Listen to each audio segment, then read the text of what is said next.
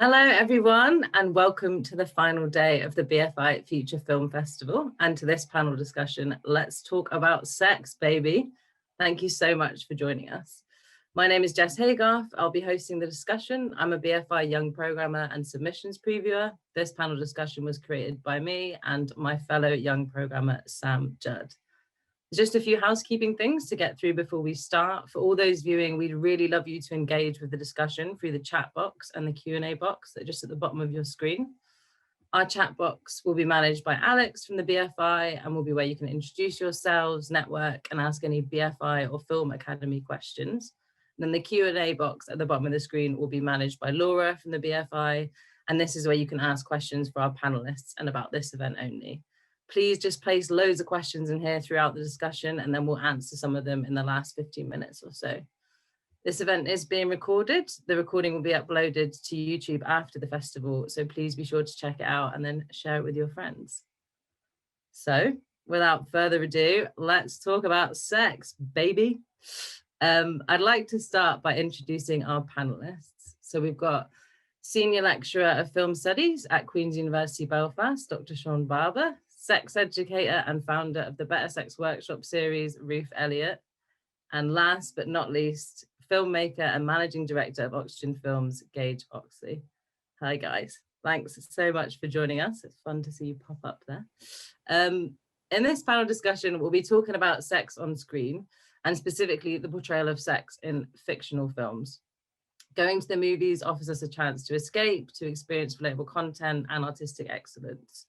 We found that when it comes to sex on camera, it's often not very realistic, artistic, or aspirational. It's also really not representative. So sex in mainstream films is often reserved for white, straight, able-bodied, thin couples. So we just thought we'd like to talk about that a bit. We want to know what role sex plays in storytelling, how sex on screen affects our everyday lives, and whether sex on screen could be more realistic, artistic, or representative. So to answer these questions about how sex is portrayed on screen now, it's really important for us to acknowledge the history of sex on screen. So I'd like to start by asking Sian Barber about this history. Sian's research focuses on British cinema, British film censorship, and broadcast archives. Hi, Sian. Hello, everybody. Hello. Thank you very much for having me, and thanks for putting this together, Jess. And I think it's going to be a great discussion.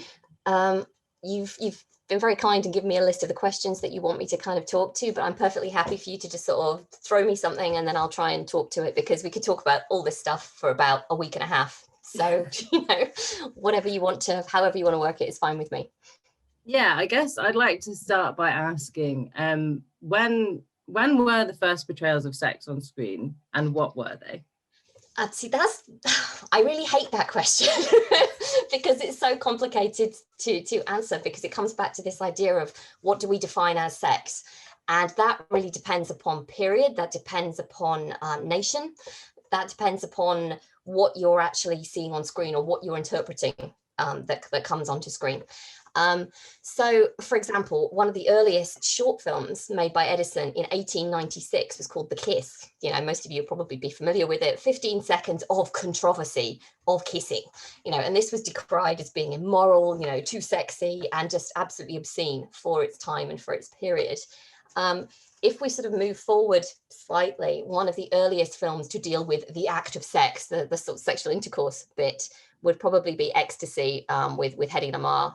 And not only was that the first film to sort of imply and sort of deal with the idea of sexual intercourse, but also the idea of female sexual pleasure. We have the first sort of female orgasm on screen for the first time. Though we see nothing, we just see faces, but we get the gist, Yeah, so interesting that yet so much has still not changed. No. Another thing we wanted to ask about, just because it's something that I feel like a lot of people don't know much about, is kind of British censorship of sex on screen and sort of when and why did that happen? Is it still happening? When did it end? Wow. Okay. Well, I could talk about this for about a week. So if I start to ramble, just, wave at me and I'll shut up and we can move on. But the main thing to know is that censorship in Britain is still very active. Film censorship is still very much part of cinema, both at national level and at local level. And that's a point I might come back to in a little while. But censorship of cinema was introduced to deal with the film industry, the fledgling industry, which was emerging in Britain. And the BBFC, the British Board of Film Classification, as it's now known, was set up in 1912 to sort of get a grip on this industry. And it acts as a buffer between the government and the industry and then audiences, so that it sets itself up as an independent organization at this point. So the government is not censoring film. It's basically saying, get your house in order so that we don't have to, and the idea was that the mass medium of cinema was starting to gather a head of steam. It was becoming more organized. It was becoming more narrative focused, more focused around storytelling. And with all of that and the possibilities of cinema were becoming much more obvious, it was emerging as the mass media of the 20th century. So there was a sense that it had to be contained and controlled and moderated. Obviously, if you've got something, if you've got culture, you've got to moderate it, So they set up a sort of a board, an examining board, and everything that was set to be created and then subsequently released as cinema in this country had to go through the board, had to be screened. And they set up a sort of a list of objections back in 1916 called O'Connor's 43. And they objected to, and this literally listed all the things that they objected to. This included drugs, representation of the monarchy or the church in an inappropriate fashion, but things like indecorous dancing was a big one. They really hated anything that was sort of suggestive in that particular way. So that's how the board sort of came into being, and it evolves in different periods. But the issue is, how do you kind of keep up? Society's changing, expectations are changing, people are changing, things are becoming more open, more liberal, certainly into the 50s and the 60s. So how does an organization start to sort of shift and keep pace with that cultural change? And that's what they try and do. Sometimes they get it right. Quite a lot of the time they don't. And that's when I think it becomes really interesting. So that's the British case. And in terms of film censorship at the minute, is there still a lot of censorship around sex on screen, or is it relatively open now? I think it's relatively open now. In terms of sex is seen as far less troubling and problematic than, say, violence or sexual violence. Sex, it's not seen as having the same ideas of damage and things like that. It hasn't got those connotations anymore, which is a really good thing. But on the other hand, it still tends towards the whole expectations of what we define sex as on screen, what we're expecting to see. So as long as it fits within those kind of safe parameters, there's not really that much of a problem. But as soon as it starts to stray, to get a little bit edgy, then you just imagine the censorship organization sitting around going, oh, well, what do we think about this? Well, what is this about? And you can tell that. You can go and look at their archives actually in Soho Square, and you can actually look at what they've thought about various things over different periods. And it's really fascinating, really interesting stuff. Just talking back to that, kind of what you just said about it being, there's been more and more representation, because obviously as society changes, so does film censorship. Could you give a few examples of just like how sex on screen has become a bit more representative in the last sort of 50 years or so? I think what's really interesting is that it stops being necessarily about just portrayals. It's about a range of representations. And I think it's about how the subject of sex is being discussed. And of course, in much more recent years, we have these interesting issues about consent and things like that, which is starting to become a much bigger force when we think about sex on screen. For example, what the BBFC do now is that they regularly kind of pull back older films and say, we don't like this anymore. We're going to stick a different category on this because the content, our attitude to the content has changed. They did a lot of that with material from the 70s and the 60s, which seemed to glorify rape, or which seemed to suggest that, rape was just kind of part of, out there freewheeling, having fun. It's the 60s, and they actually pulled a lot of material back and just said, we can't allow this anymore. So sorry, that didn't really answer your question. I know. No, it did. They can't like re-ban films now, can they? They don't re-ban them, but a lot of the material that I'm thinking of is really troubling. You watch it now and there is those kind of narratives about like, oh, well, women really love this, don't they? Or it's a jokey attitude to rape. Oh, but it's her husband just smacking her around and then doing this to her, that's okay. Those kind of narratives, they're very, very aware now that it's not acceptable in those kind of terms. But again, it's it is another kind of censorship, isn't it? It's going back to sort of edit the past almost.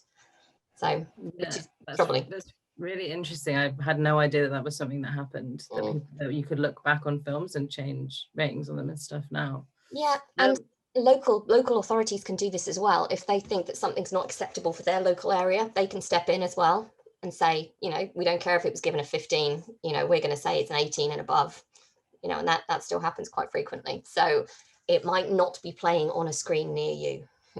Depends on what your local council think. But it might be playing on a screen somewhere close to you. Yes. Yeah.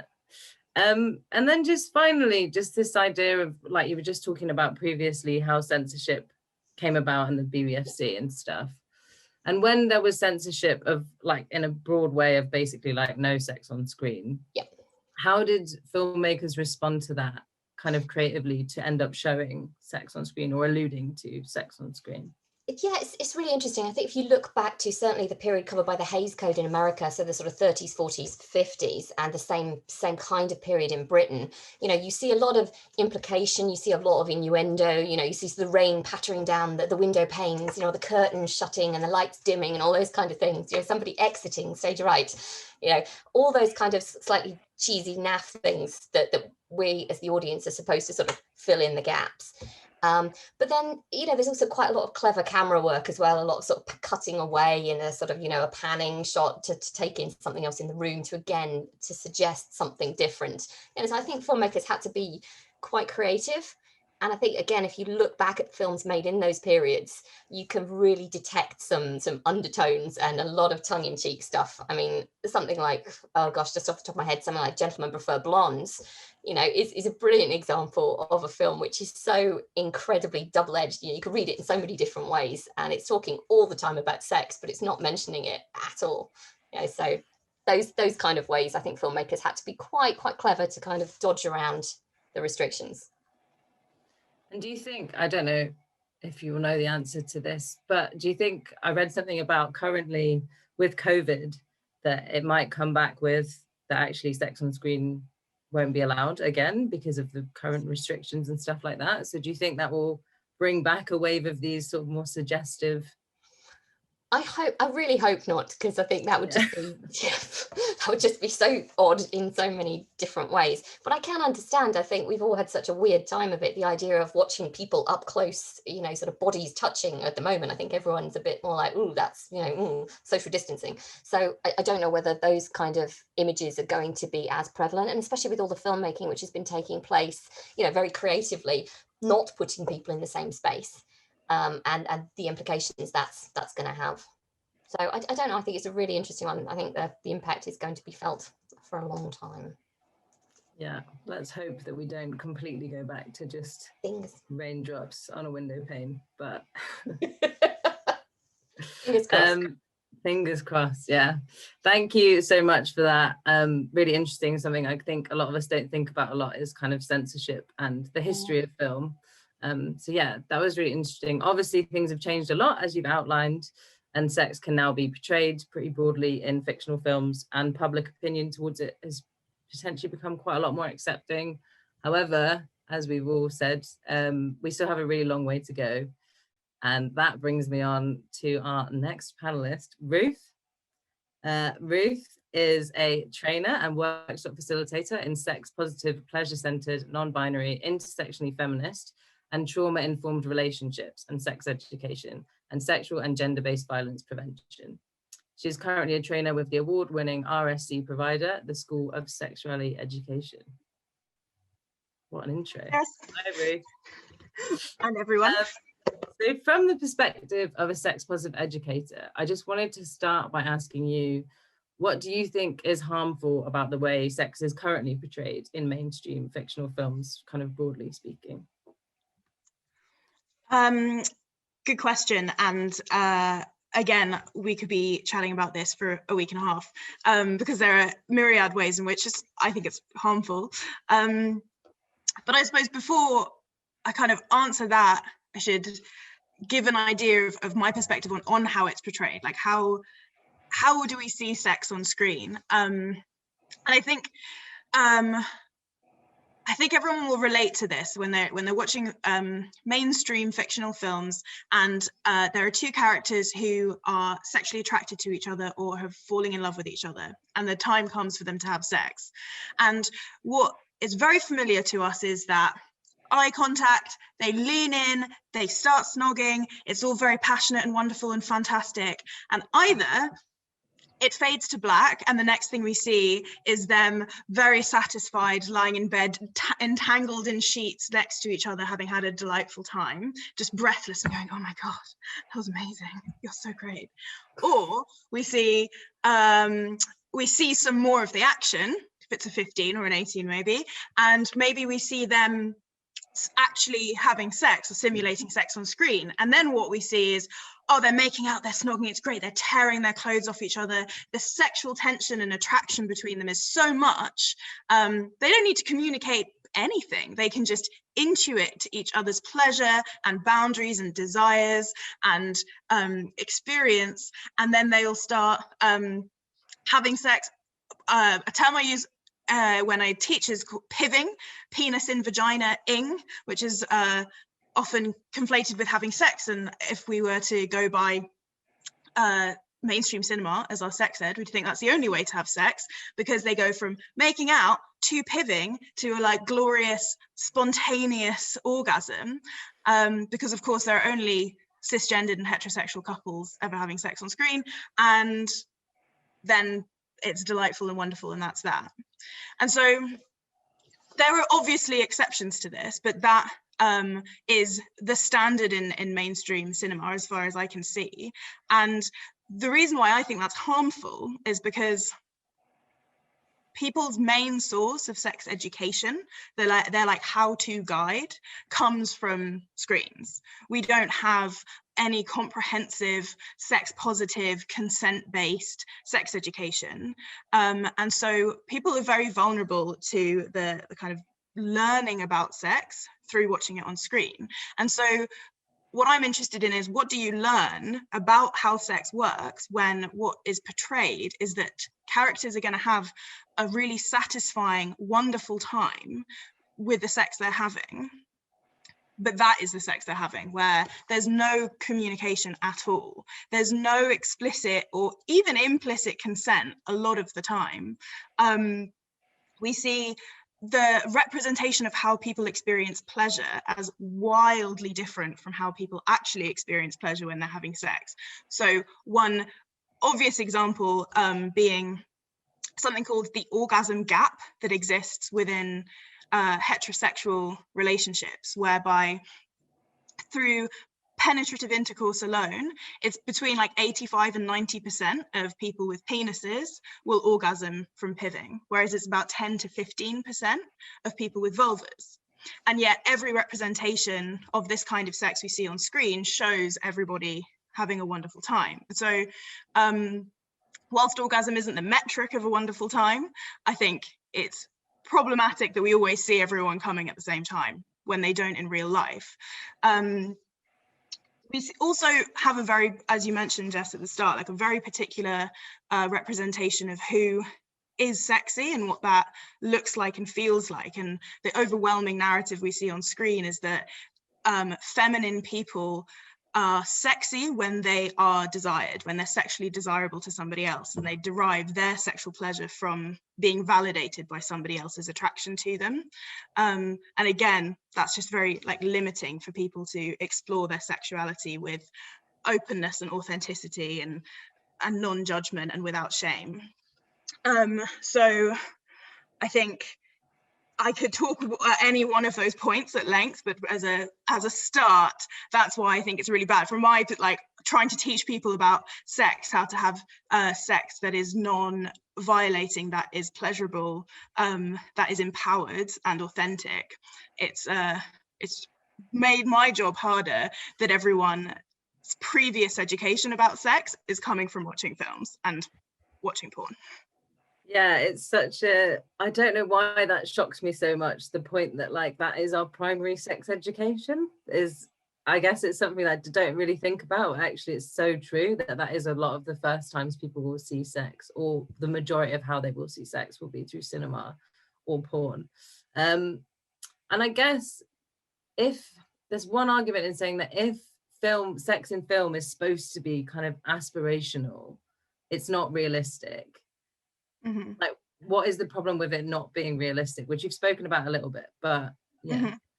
No, that's a great point. I think if it was the case that this is how everyone wanted to have sex, so like the sex that we're seeing was framed as, here's this different kind of context, different kind of universe where people's bodies work differently and their emotions work differently, and their erogenous zones work differently.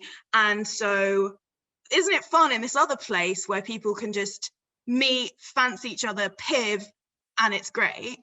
But I think what is really toxic is that the framing of a lot of the sex we see is to make us think that it is relatable. So we are kind of drawn into thinking that we can relate to the characters involved, that they resonate with us and our lives, and that's often presented as aspirational in a way that doesn't fit with that. It's like, it's not, here's this fantasy, this is science fiction, or like this is a supernatural kind of context. It's like, oh, we're so much so. One genre that I kind of know more about in terms of the effect it has on people's sex lives and like intimacies is like romantic films and romantic comedies, where we, so like, I kind of, maybe it's a really like dated example, but it's kind of like a classic one of Bridget Jones's Diary, where we see this person who we're kind of invited to relate to her like, you know, wrapped in a duvet, eating ice cream, feeling like depressed and fat and upset, and then she's there like putting on her massive pants and like trying to lose weight and trying to get a boyfriend. And it's in this context where we're being invited to relate to the characters, and yet the characters' experiences of sexuality bear no resemblance to how we might have good sex. It's like, so sex on the screen, there are, oddly, like I can think of more examples where bad sex or awkwardness in sex is portrayed quite accurately or quite relatably. But what's really, what I when you asked me this in recent weeks for this panel, to think of a sex scene where I think, yeah, this is great, this is showing a really pleasurable, really sexy, really erotic moment, and it doesn't like sort of normalize non-consent. It doesn't portray people unrealistically having sex without, like having good sex without having had any communication, and that's where I think there's so much harm. It's like it's not aspirational to have sex with someone where you don't say any word, no one talks about contraception, no one talks about anything talking, and it's not even like everyone's body language is really like helpful either, and that isn't aspirational, and yet it's presented as such. And I say it isn't because that you'd have to have powers of mind reading that you don't have, and none of the characters in the films are able to read each other's minds, and so I think that's where it causes a lot of problems. Yeah, I think that's something, thinking up to this event, that's a real shame, is that I can really think of a lot of very awkward sex scenes which are really relatable and very well done. But yeah, the thought of having fun sex that wasn't just like wildly unlike like people actually have sex. And also what you say about the awkwardness, what I find really toxic is a lot of what is presented as being really awkward as things like condom usage.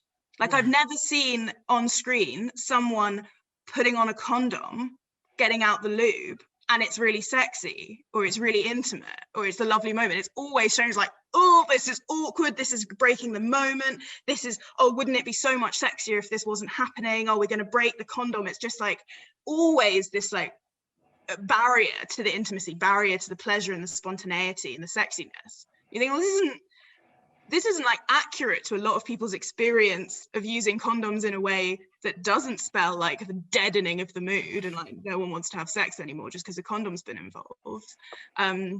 So it's like, where does the awkwardness where's the awkwardness portrayed? And it's often like explicit consent, like, oh, some bumbly sort of beta man is being like really tepid by asking consent, or, you know, the condom thing. It's like, that is also really harmful when it's used as a tool, as a how-to guide for sexual intimacy.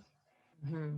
Did you end up thinking of any examples of a positive portrayal of sex on screen? I didn't. I mean, I had more examples of realistic, in that, like, showing a lot of examples of showing things like the awkwardness of adolescent sex, of people like not knowing what to do, and it being very realistic, which I think is a good thing. Like, I'm talking about the importance of relatability and representation.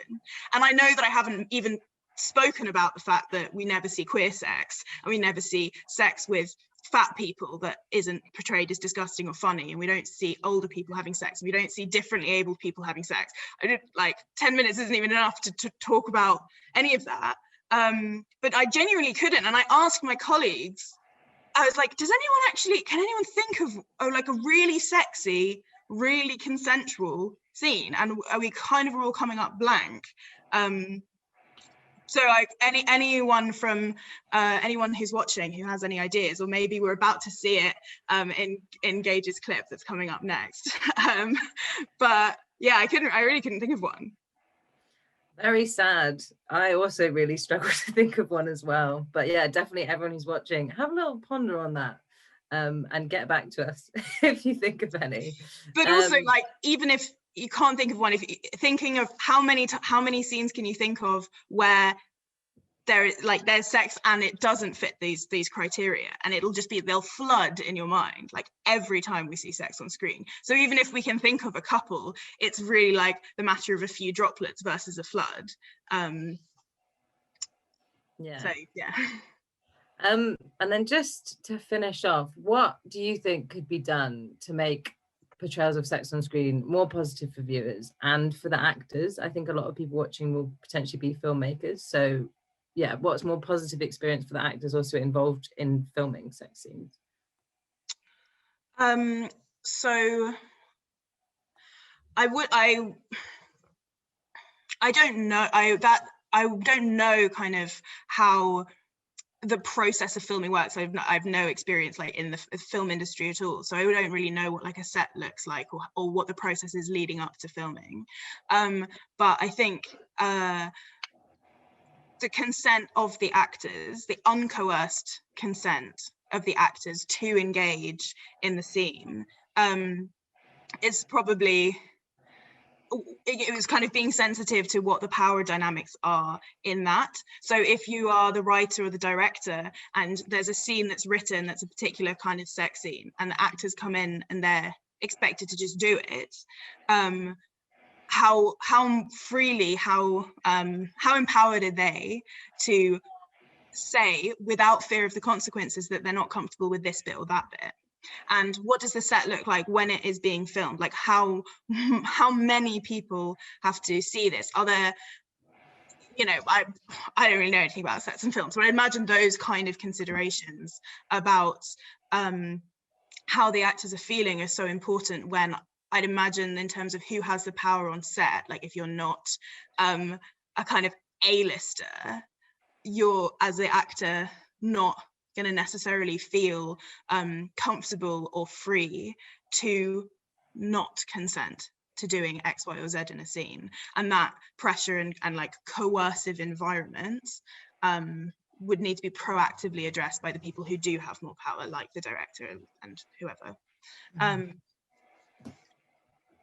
And was the other half of your question about how it can be improved for the viewer, like how generally sex can be? Yeah, how it could be more positive for viewers. So I think representing the sex that people have in real life with more honesty would be immensely powerful. And by that, I don't mean that every sex scene needs to perfectly portray kind of the gold standard of communication and consent and sexiness and wonderfulness. It's all just going to be like erotic and amazing, because that's not people's experiences of sex. But having the diversity in life represented on screen. So people who have sex in different ways can see themselves represented. That when a sex scene is framed as aspirational, it's framed as it's framed as sexy, when we're meant to believe that the people in the scene are having a good time or experiencing a lot of pleasure or intimacy or fun, that bears true to how people actually feel those things when they're having sex. So that would look like a lot more different kinds of sex. When you think of like, how often do we see oral sex on screen in a way that is kind of not framed as awkward, not framed as gross, not framed as degrading, but framed as something like intimate, fun, whatever. And I think that diversity of representation is really important. And I think we've seen more of that in recent years. We've seen non-consent and sexual violence portrayed in a more nuanced way. And I'm thinking of what you said about how films from the 60s and 70s that show like really explicit physical violence and domestic abuse, and that's kind of being retracted because now we've all noticed that consent is a thing that we should think about, but actually more insidious and subtle instances of non-consent where it's not as clear cut as someone's just like beaten up their partner and then is assaulting them. You go, okay, that's bad. It's like, okay, well, let's look at the ways that sex can be violating even when it's not that clear. And I think that is how it can be improved, is to be more true to life, more honest and more inclusive. Yeah.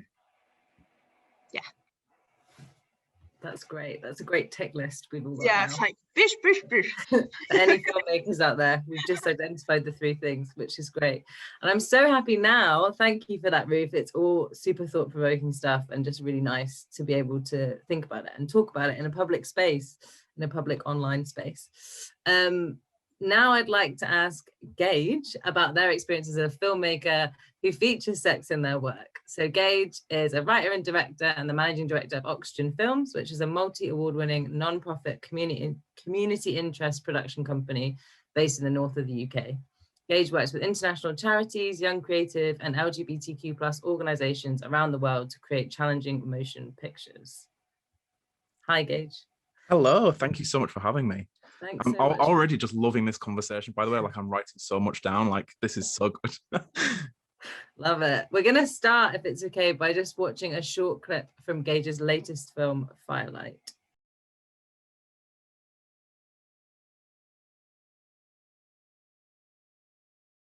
Can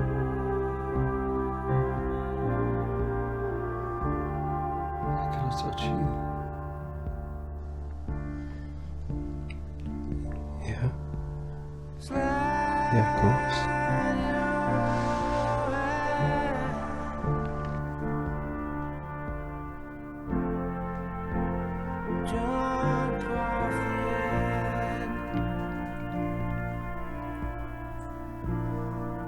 Like that. Does it feel good? Yeah.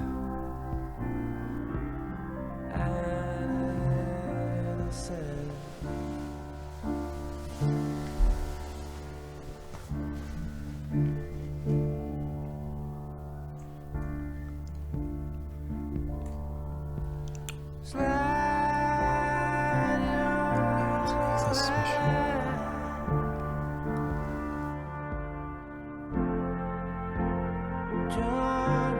Thank you so much for that. It's really exciting to see some of your work and really nice to watch some film at the film festival. Thank you. I just wanted to start by asking, from an artistic point of view, what is the importance for you of including sex in your work? And then I guess like generally, and then specifically with your new film, Firelight.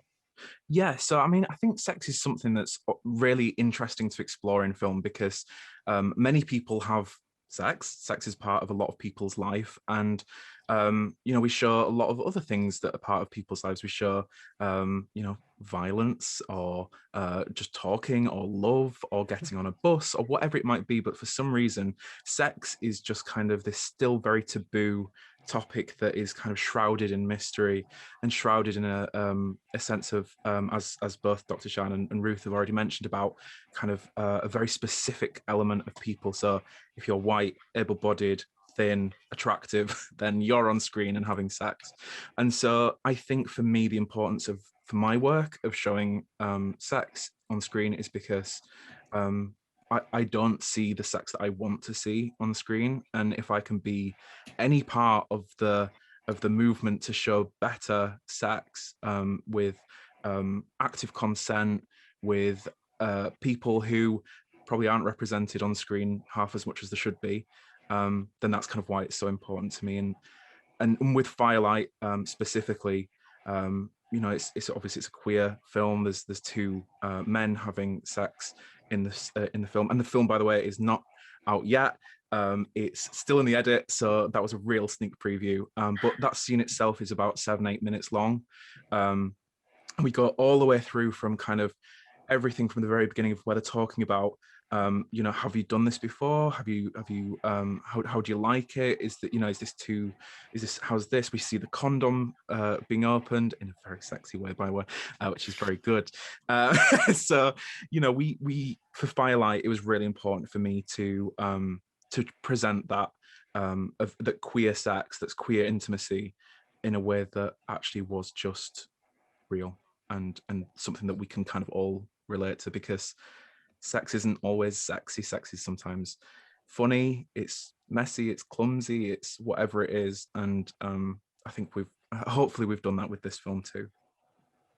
It's really inspiring to hear that those were some of the things that were at the forefront of your mind when making the work. And especially, I totally agree with you, like, we all get on the bus, lots of people have sex, lots of people chat, we should put it all in film. Yeah. But to know that, like, at the forefront of your mind was kind of communication and consent and sexy condom opening, I think it's just really inspiring to hear. I guess, I don't know if you will, but when you were filming this, or when you filmed any sex scenes, is there anything you take inspiration from, like any other portrayals of sex, or scenes that you were like, absolutely not, avoid that? It's, yeah, I mean, to be honest, there's as Ruth has mentioned, there's really not many good examples of sex on screen. Some just off the top of my head really are more for in kind of television recently have been doing really well with presenting sex in a brilliant light. So shows like Euphoria, which I personally loved. I know it's a bit unsure, some people don't like it, but I loved it. But even down to just things where, because the thing is, intimacy and sex isn't always like penetrative sex. It's sex and intimacy can be a look across a room. It can be a kiss. It can be generally just loving each other without kind of real physical intimacy. And a lot of shows and films have been doing that recently. And I've really noticed the power in kind of just presenting that moment. And so we have a lot of moments in Firelight where it is just kind of a look, it is a tone, it's a feel, it's a mood, it is a vibe, and that's kind of what we were after. So yeah, not many kind of examples positively that I took, but intimacy coordinators like Yarit Dor, who I absolutely adore, is she did a fantastic talk and talked about kind of power dynamics and how to shoot, and how sex should be presented on screen safely and consensually. So I'm taking kind of a lot of inspiration from real life people. Have you worked with an intimacy coordinator before? A long time ago, yeah. I think before intimacy coordination was even a thing. It was like back in 2016. So it's like, because it's a really new job title, is intimacy coordination and intimacy direction. So I know one of the big ones in the UK is Ito O'Brien, who's, I think she's now works on sex education. Might be completely wrong with that, but I'm pretty sure I Ito think you're has. right. And Yarit Dor, as I mentioned, from Moving Body Arts. But realistically, right now, I think especially with the advancement of Me Too and Time's Up and just general kind of good behavior and good practice on sets, intimacy coordination is thankfully becoming a lot more of a prominent role in mainstream content, but now also independent, low budget stuff like us.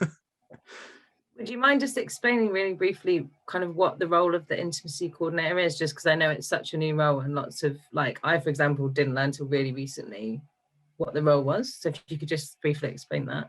Yeah, sure. So an intimacy coordinator essentially is there to make sure that the actors, the talent, specifically them, but also the wider crew as well, because realistically, everyone who's on a set filming that moment is at risk of being potentially upset by something that they see or hear as part of the on-set experience. And so an intimacy coordinator is there just to make sure that everyone understands what's going to happen, when it's going to happen, how it's going to happen, and is there just to make sure everything goes as smoothly as possible. The other really important thing is, I think has been mentioned in the talk before, is power.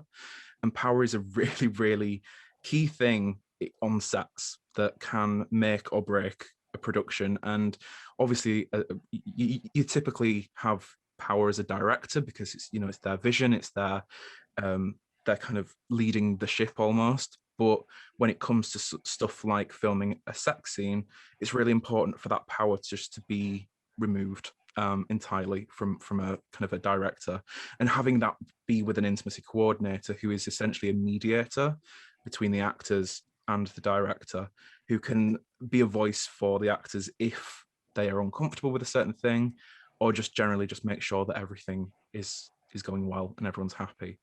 An intimacy coordinator on the set will then make sure the actors are prepared. So if they need pads in kind of areas where they might be touching, because obviously a lot of it is simulated, we don't want people and actors being touched where they don't want to be touched.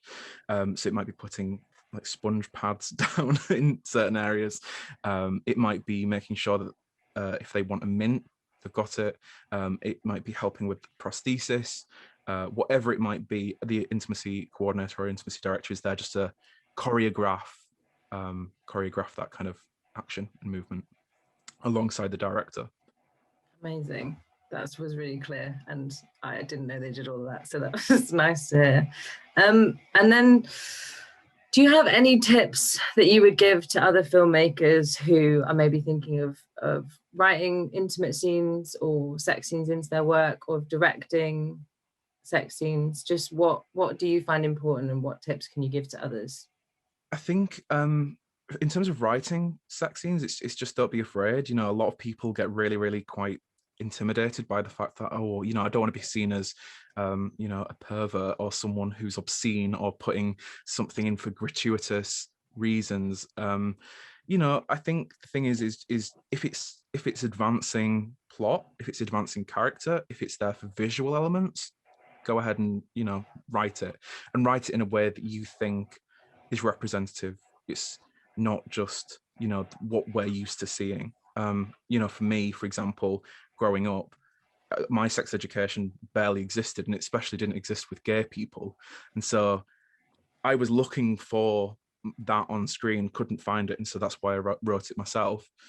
In terms of direction, it's really listening to the actors. It's being really in tune with them, making sure that they know exactly what's going to happen. And also for me, I love collaborating with actors anyway, but especially in these moments, in these scenes, it's writing with them. It's making sure that they feel empowered. And also it's just making sure that everyone's clear and happy to do what is being done. So before we filmed Firelight, we had all of the actors look through basically like a cheat sheet for the scene. So we'd obviously written the scene out, but then we rewrote it with just really clear lines like X touches X in X, and like kind of really wrote it out in bullet points.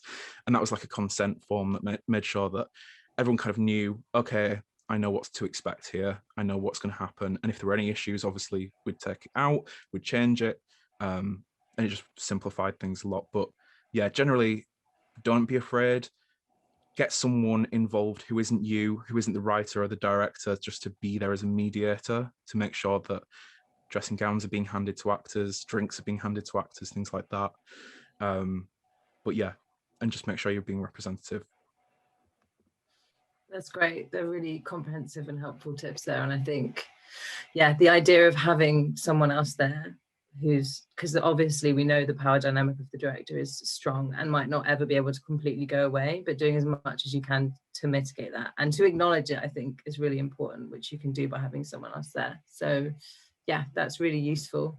I'd now like to open up the discussion to the whole panel. Just I've got a few questions to ask and then we will hand over, I'll get some audience questions. But a question for all of you, which is quite a big one, but let's just go for it. I basically wanted to ask about how far you think the media, culture, or society affect how sex is portrayed on screen or vice versa. So like a tiny example of this is recently in The Sun newspaper, Bridgerton was described as the hottest sex scenes ever. It was a heterosexual sex scene. And then in response to It's a Sin, The Sun wrote, viewers shocked by drama's explicit sex montage with raunchy threesome. So it's just a tiny example, but it got me thinking about, yeah, what do you think the nature of sex scenes will change our cultural norms if we see more of it? Or do we need to see a shift in cultural norms, society first? If anyone has any thoughts on that. I don't think it's ever going to fully go away. I think people inherently will always have something to say, and obviously that's really important. There is a lot of different beliefs and opinions and debates and discussions, but I mean, when it comes to the media, especially ones like The Sun and that example you mentioned there, I think that just kind of screams what I would expect from from that, is that, you know, heterosexual is hot, queer is raunchy and kind of obscene. And I think hopefully people kind of look at that and go, well, that's not kind of true, and that starts whittling away. But honestly, I don't think society is ever going to get to a point where it's gone. Hopefully. Go on, Ruth. I didn't know whether, I didn't want to like interrupt someone, so I thought it'd be weird and put my hand up. I think that it's a really interesting question. I think that there's a symbiosis going on between what's being represented and like how it's consumed and why. But I think we will really struggle to get a like solid representative depiction of human sexuality in all its forms on screen until there is diversity of the people making the things that we see on screen. And I know this panel is about film, but the example that's kind of sprung to my mind is a television example of I May Destroy You, because I, along with everyone else in the world, am like a massive Michaela Cole fangirl. And one of the things that struck me about some of the sex scenes in that were that it was so kind of groundbreaking, and I just don't think that people who hadn't had her experiences, because she talks about how it's somewhat autobiographical, if people who weren't of color, who weren't men, who aren't queer, etc., I think it has to have in the production team people who aren't only one kind of a person. And I think there's a good reason why all of the sex that we see, or almost all of it, has been heterosexual and white and like phallocentric and all of the other things that we've been discussing. So I think when we have diversity in the production team, then we can hope to have diversity and like good representation on the screen. Yeah, just to kind of add to that, you know, I think what that Sun example just illustrates is how regressive a lot of those attitudes really are, how totally unsurprising that actually is. But it gives us this really interesting insight into where society or central society is at, or the average Sun reader is at, in terms of, in the Bridgerton example, two very hot straight people having consensual married sex as well. It's this whole, this is okay, this is all right because they're married. You know, it's very, very sort of reactionary. Everyone sort of banged on about Bridgerton, and then I watched it and I was a bit kind of like, meh, okay, yeah, they're both hot people having sex, okay. But it's not, I didn't find it anything like as groundbreaking as any other stuff that's been mentioned. And I think certainly something like sex education, I think, is really great because it taps into a lot of those things that we've been talking about, you know, the funny elements, you know, the bits where it all goes wrong, you just kind of go, oops, that was awkward, wasn't it? You know, and you see people laughing, you see people having kind of innocuous conversations whilst they're having sex with each other, you know, and I think that's much more interesting because, again, it goes back to that message about there's not one single aspirational way in which sex actually happens. You know, don't worry about it if it goes wrong or if it's weird or if it's noisy or if there's strange sounds or whatever, you know, because there's a whole plethora of different experiences. And so I think something like that is much more interesting. Yeah, I totally agree with all of you. And it leads me on to thinking about, do you think there is a big difference between the portrayals of sex we see in film and on television? And if so, why is that happening? It's a tricky one, and obviously as a filmmaker, I might just sit in the cheap seats and, you know, don't engage in that way. I don't actually make any stuff, but I think television always has different opportunities. It has different audiences. It has the opportunity to perhaps develop more over a longer period of time. I think film, if you're talking about 90 minutes, what have you got to cover? How are you going to do that? It's a bit of a cop-out, especially when there's so many different platforms and ways of the different ways in which people can consume different kinds of media now. It doesn't all just have to be within those 90 minutes. So maybe television is taking more risks. Maybe streamed material has a different opportunity to, you know, offer different representation. Maybe it's just, I don't know, maybe it's just ahead of its time or on top of its game. Who knows? Maybe film's had its day. I doubt it. But.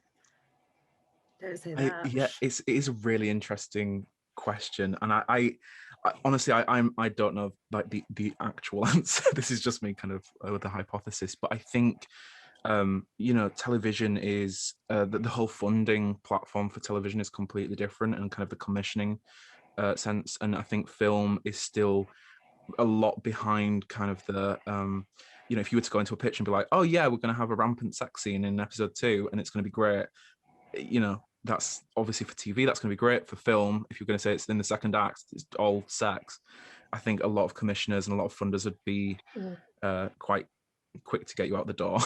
And that's my experience as a filmmaker who is searching for funding. It is really difficult to find money from an investor or from a funder who is a little bit uncertain about kind of sex on screen. And television is a lot more open, I think, in my experiences anyway. Yeah, I think I don't know anything about production, so I don't know why it would be, but I believe Gage. But thank you. I have believed myself. But I think, yeah, there's I've seen anecdotally kind of more diversity and more realistic and kind of like sexy stuff going on TV. Like I'm thinking of Normal People recently and how everyone lost their mind because Connell was consensual, and you think, God, the bar is low. But something that was my bugbear watching that and watching I May Destroy You and watching It's a Sin recently as well, and Bridgerton is like, I feel like the next frontier even in these shows where there is more diversity and like better representation is just people who aren't like incredibly attractive. It's like if you go by sex on screen, the only people who are getting any are like incredibly hot and everyone else is just like languishing in the corner like reading a book or something. And I always thought, God, yeah, interiority and sexuality for ugly people is what is also something we really need to see on screen. Yeah, again, and I totally agree with all those points.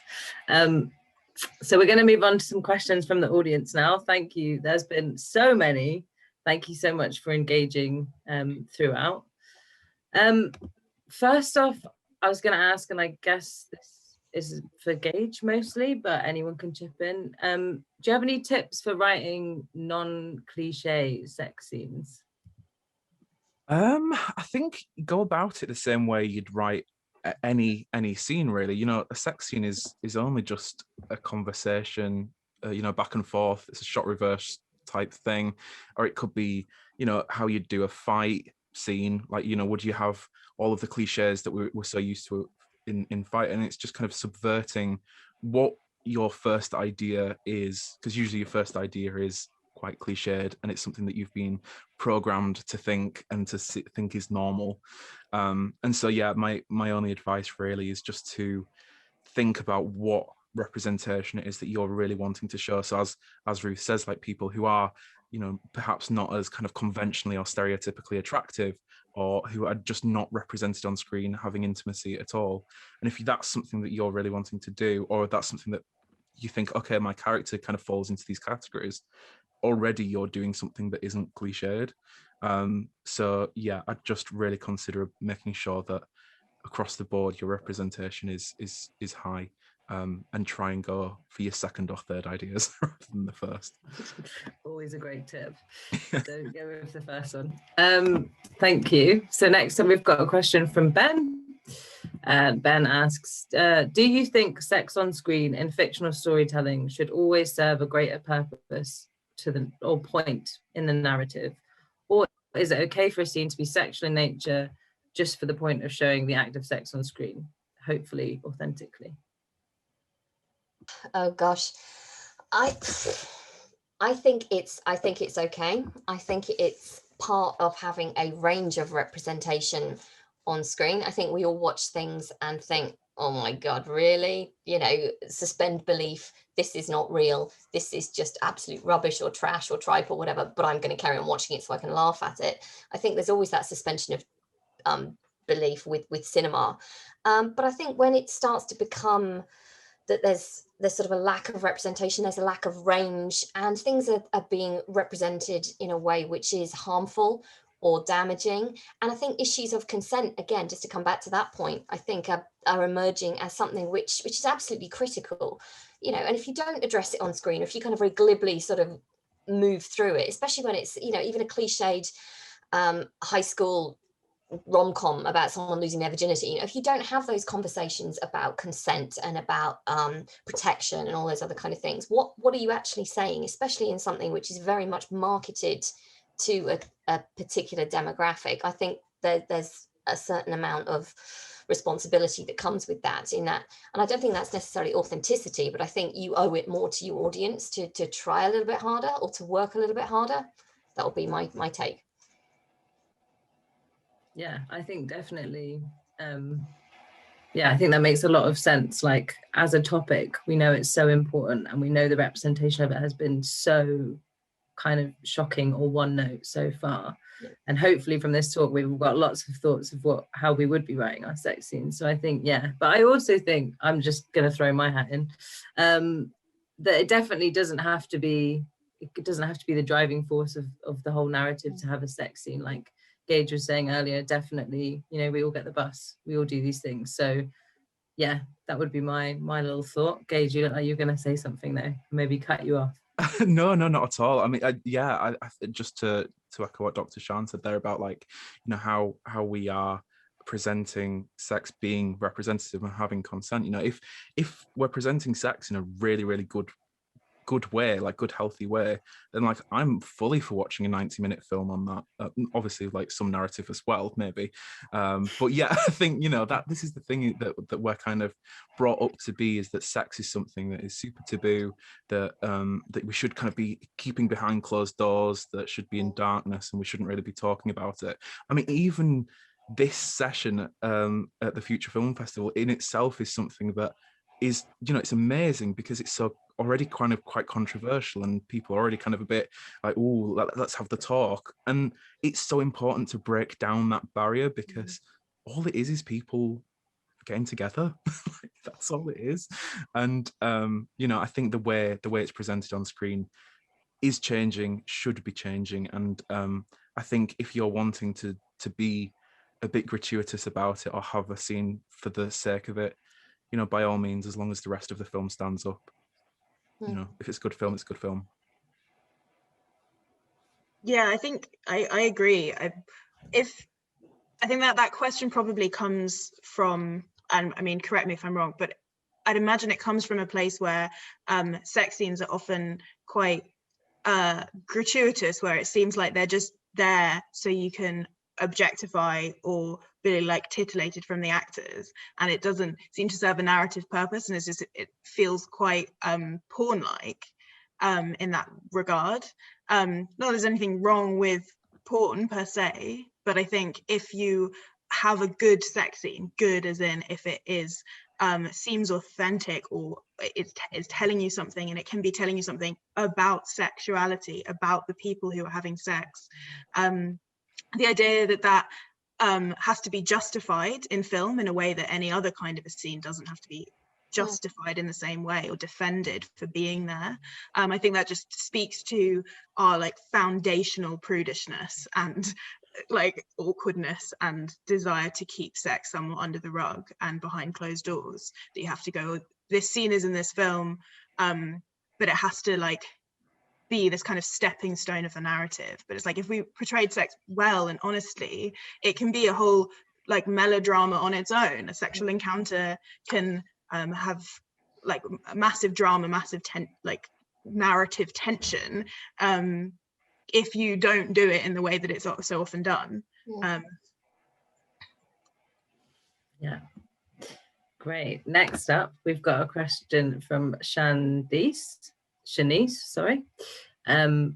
which kind of links on from the last one. How do you think the porn industry has impacted how cinema shows sexual interactions?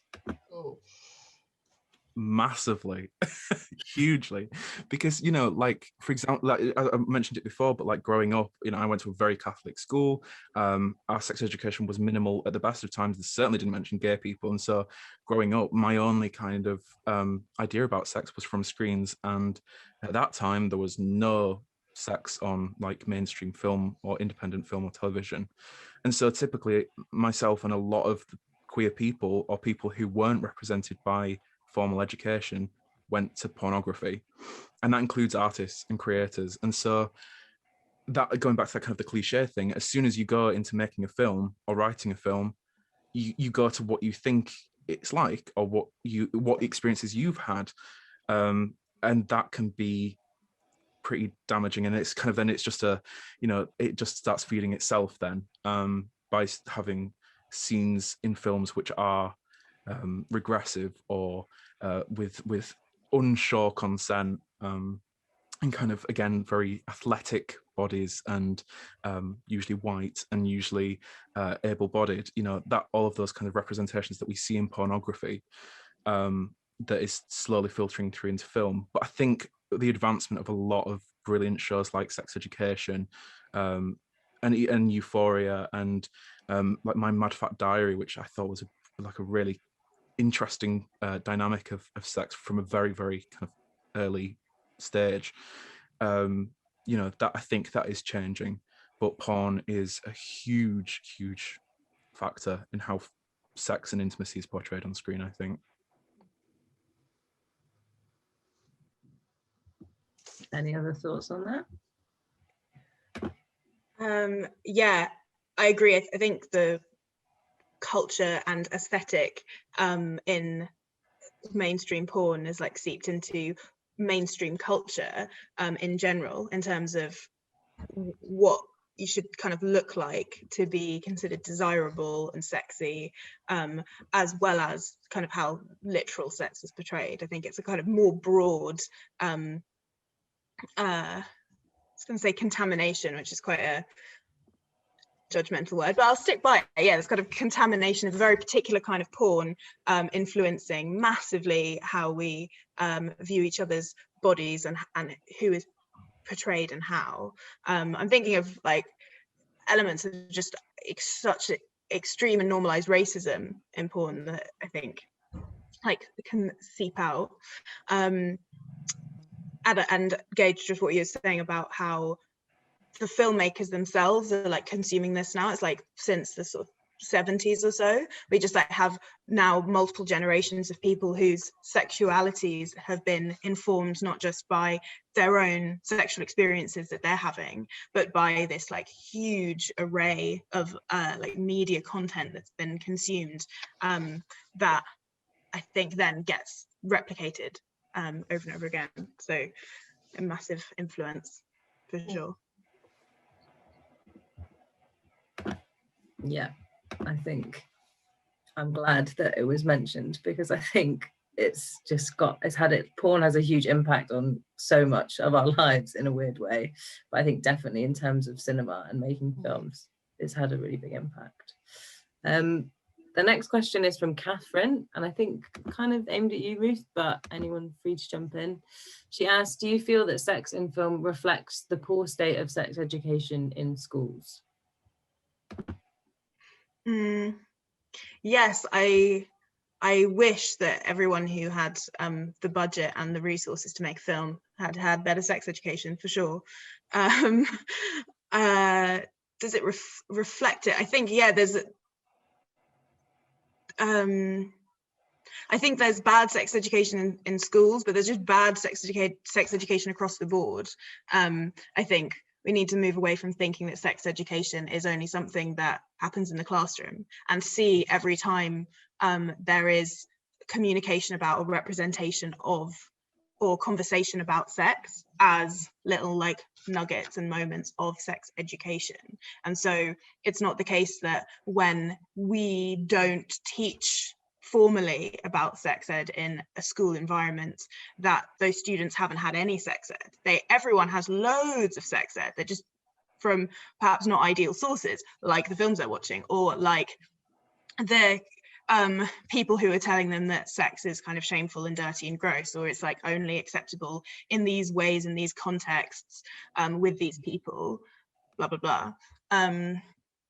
So I think that it's kind of it's more broad than that. So it's more broad than just like lack of sex education in schools specifically.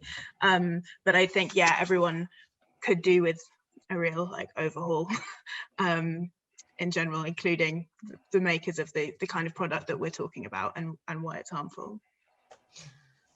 Yeah, just to sort of chip in on that, I don't want to sort of point the finger too much at Hollywood, but I'm gonna.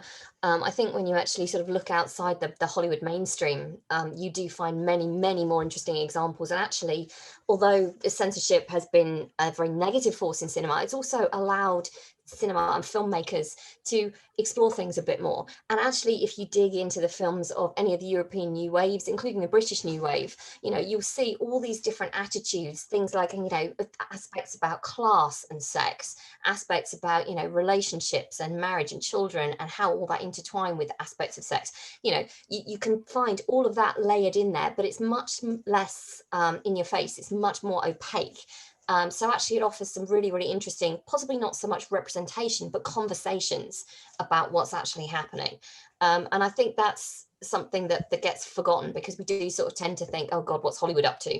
You know, what's the biggest kind of glossiest example? But if anyone is interested in sort of looking back and sort of digging into some older examples, I'd really, really recommend looking at cinema from sort of the 60s, when the barriers are starting to come down, when sort of censorship is beginning to crumble and filmmakers are taking more risks.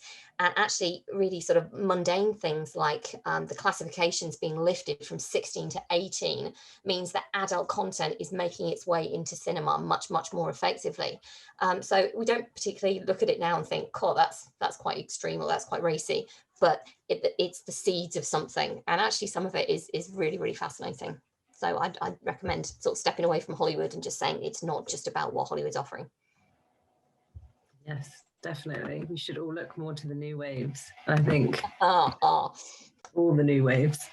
I think we've got time for maybe one more question, and this one's from Sam, and it is, do the panelists think there will ever be a place for unrealistic sex scenes in film and television? By unrealistic sex scenes, does that mean, I guess, is that like realistic sex scenes that aren't shown, or kind of, or the current representation of sex as it is? I'm thinking I would interpret it as like unrealistic in terms of not related to how people actually have sex in real life.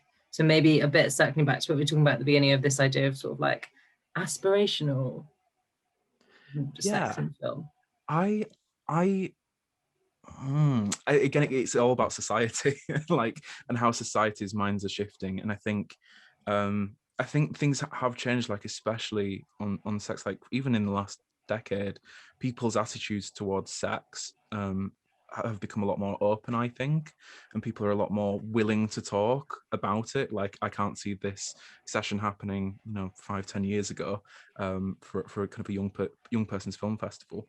And so I think attitudes are changing. I think they're not changing quick enough, and I don't think they're changing as foundationally enough. I think there will always be that kind of poor representation of sex in film, but I think that's not a problem, because if we see poor representation of sex on screen and we know that's a poor representation of sex on screen, then we can kind of cancel it out and think about how it should have been presented and how we should have adopted certain aspects of it. And I do think, especially with Me Too and Time's Up and a lot of really, really important conversations about,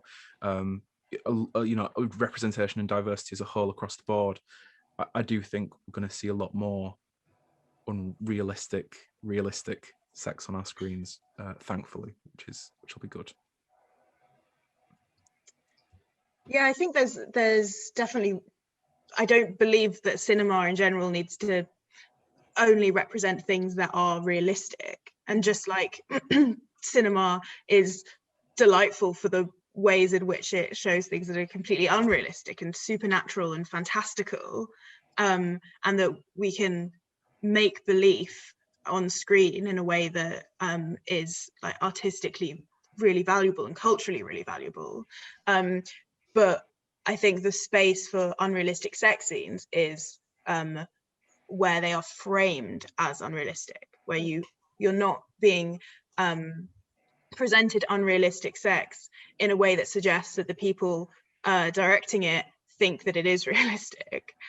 That's where I think the problem lies, and I think that's where, is there space for it in cinema, like unrealistic sex being presented as realistic?